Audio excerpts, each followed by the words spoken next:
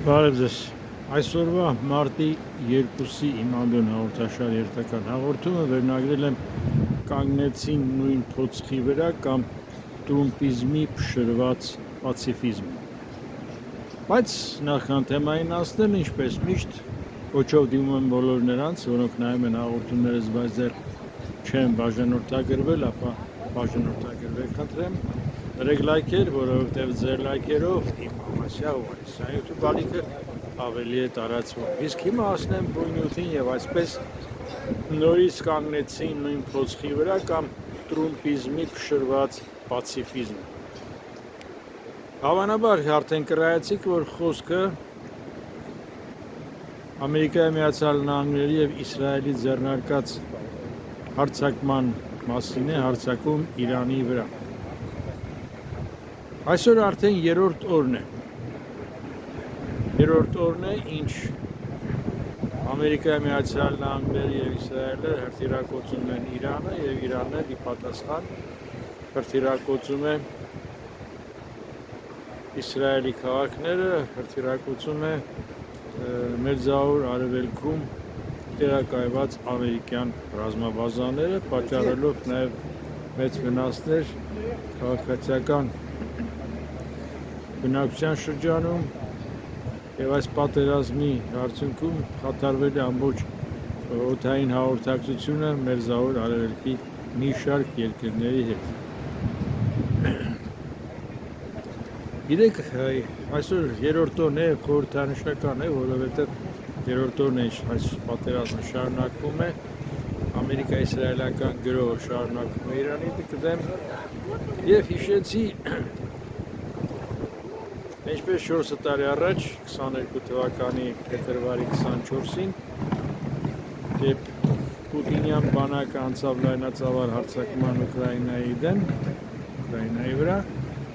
այնտեղ էլ հույս ունեին, որ այդպես էին զեկուցել ըստ երևույթին ամեն Ռուսիայի իմաստունին կամ ինչպես ավելի հարմար է ասել Կրեմլի անմահ կաշչեի, որ Ուկրաինան կդիմանա ընդամենը 3 օր, որովհետև եւ 3 օրից հետո արձակումից 3 օր անց ռուսական զորքը կրեշշատիկով շքերթով կանցնի եւ նրանց կդիմավորեն ծաղկեփնջերով։ Այդպես չեղավ, հակառակը եւ արդեն 4 տարուց ավել է, քան երբ տևեց սովետա-գերմանական պատերազմը, ինչպես սովետական պատմաբաններն են ասում, հայրենական մեծ պատերազմ։ Ինչևէ, դա մի կողմ, բայց փաստն է, որ արդեն երրորդ օրն է, ինչ Մերձավոր Արևելքը հրդեհի ճիրանների մեջ է։ Եվ ըստ երևույթին Թրումպին էլ էին սխալ զեկուցել, թե Իսրայելից, թե Սպիտակ տանը շրջապատում կանգնածներից, որ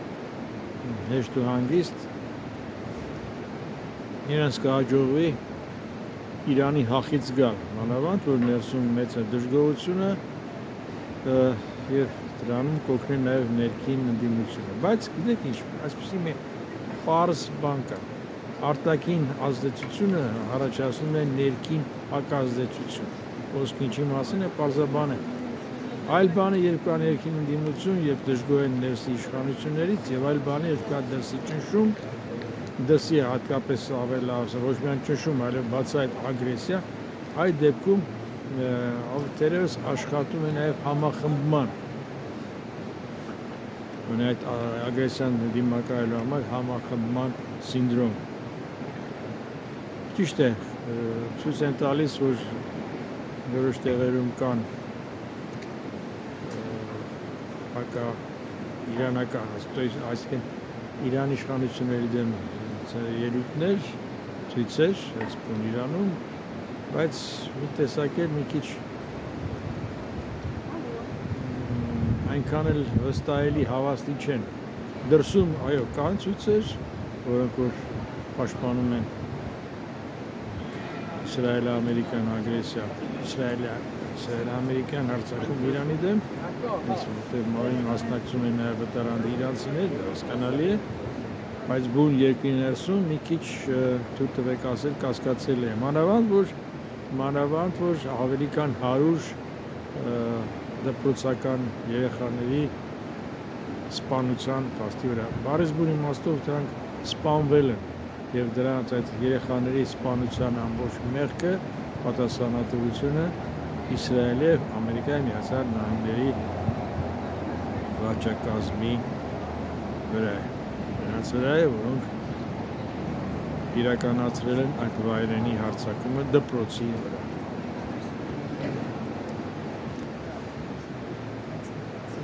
Մի խոսքով կրկնելով վերնագրիս առաջին բառերը, ասենք նորից կանգնեցին նույն փոցի վրա, խոսքը վերաբերում է Նաթանյահուին եւ Տրումպին, որոնք որ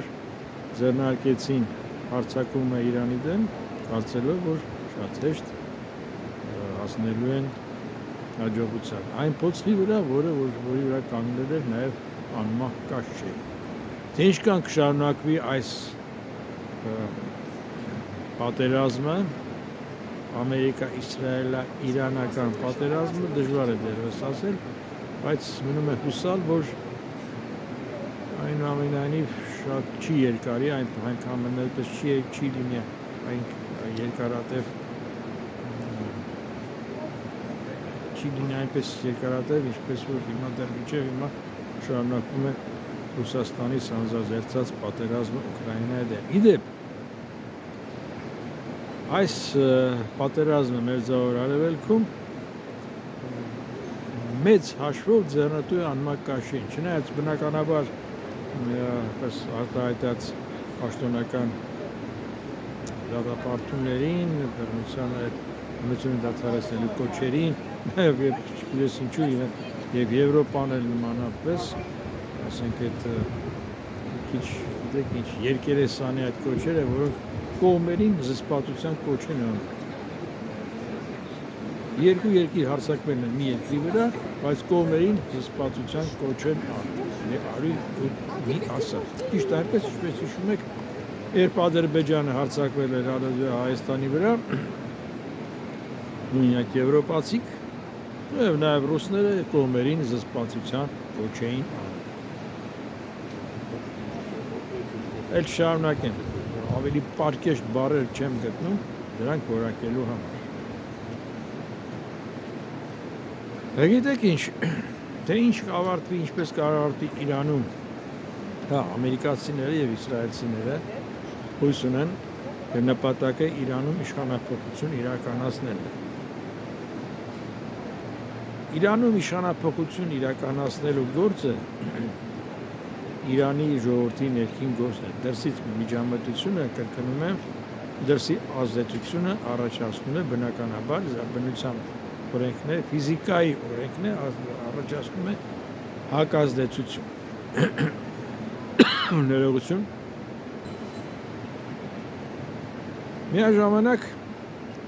այս պատկերի վրա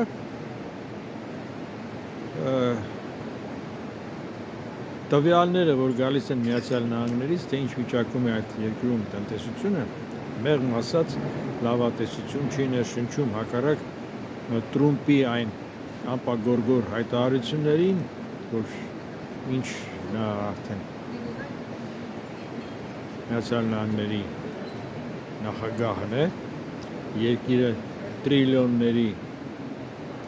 շահույթ է ստացել, երկիրը բարգավաճում է, կյանքը դարձել է ուրախ, ապուստը ձրի։ Այնինչ այնտեղ կյանքը թանկացել է եւ վառելիքն է թանկացել եւ ինֆլյացիան է շարունակում աճել եւ նաեւ մարդիկ ամերիկացիները դժգոհում են ապահովագրության աճող ապահովագրության ծախսերից։ Խոսքը առողջապահության ապահովագրության մասին։ Այնպես որ Խաղաղության Նոբելյան մրցանակի վրա սևեռված Տրումպը, որ իրեն համարում է նաև պացիֆիստ, պացիֆիստը մի քիչ ավելի լայն իմաստ ունի, խաղաղասեր ես կասեի, եւ կրկնում է, որ ինքը դադարեցրել է իր շնորհիվ դադարել են տասնամյակներ տևած պատերազմները, 8 պատերազմներ, բայց ըստ էության նա դարձավ մեր ժամանակների ամենախոշոր պատերազմի հրցիկը։ Ես նկատի ունեմ Իրանի դեմ հարձակումը, որը որ ամբողջ Մերձավոր Արևելքը, Պարսից ծոցի երկրները դարձվել է հրոճարակ։ Բառից բուն իմաստով չէ, բայց շատ օբյեկտներ դարձել են թիրախներ հրթիռակոծման համար։ Եթե այսպես շարունակվի, ապա երկիրը, աշխարհը կանգնած է էներգետիկ լուրջ ճգնաժամի առաջ, որովհետև Իրանը ի պատասխան իսրայել-ամերիկյան հարձակումների հրթիռակոծում է Պարսից ծոցի երկրների Սաուդյան Արաբիայի, Քուվեյթի, Արաբական Միացյալ Էմիրատների ամերիկներում արկա գործող նավթահանքերը, նավթարդյունաբերական ձեռնարկությունները, նավթավերամշակման գործարանները։ Բաքվի Օրմուզի նեղուցը, որով կատարվում էր ապրանքաշրջանառությունը, առևտուրը, մի խոսքով լուրջ լոգիստիկ եւ վարելիքա-էներգետիկ ճգնաժամի կարող է առաջանալ ամբողջ աշխարհում շնորհիվ Սպիտակ տան դեղնակաքուլի եւ շնորհիվ այն բոլոր այն 75 թե 80 միլիոն ամերիկացիների, որոնք քվեարկեցին այս թող ներվի ասել տհաս քաղաքականությունից բացի առհասարակ ոչինչ չհասկացող մարդու օգտին, որը որ դարձել է աշխարհի ամենահզոր, ամենաժողովրդավարական, տնտեսապես ամենազարգացած երկրի ղեկավար, որը այսպես մի տարվա ընթացքում երկրի հեղինակությունը հասցրել է իջեցրել է նվազագույնի եւ շատ հնարավոր է, որ նրա այս քաղաքականության արդյունքում, եթե այսպես շարունակվի, եթե նա շարունակի կառավարել Սպիտակ տունը, Ամերիկայի Միացյալ Նահանգները, ապա դոլարը կկորցնի իր շրջանառությունը, կդադարի լինել միջազգային առևտրի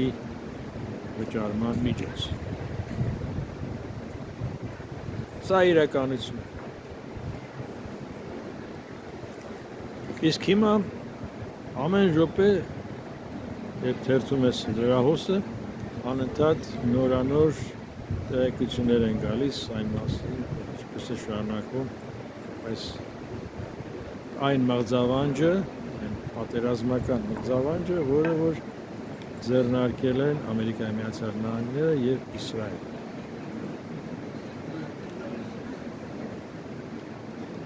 Սա իրականություն է։ Այսօր այսքան է, բայց նախքան ցտեսություն ասելը,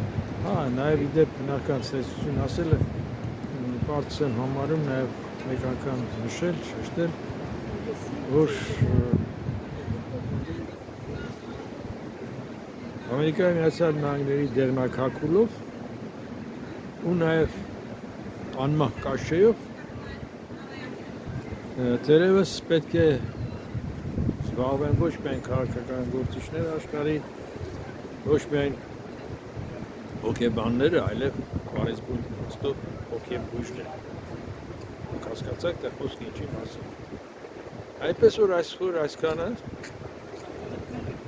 ցտեսություն կհանդիպենք, խաղաղություն մեզ, խաղաղություն աշխարհին։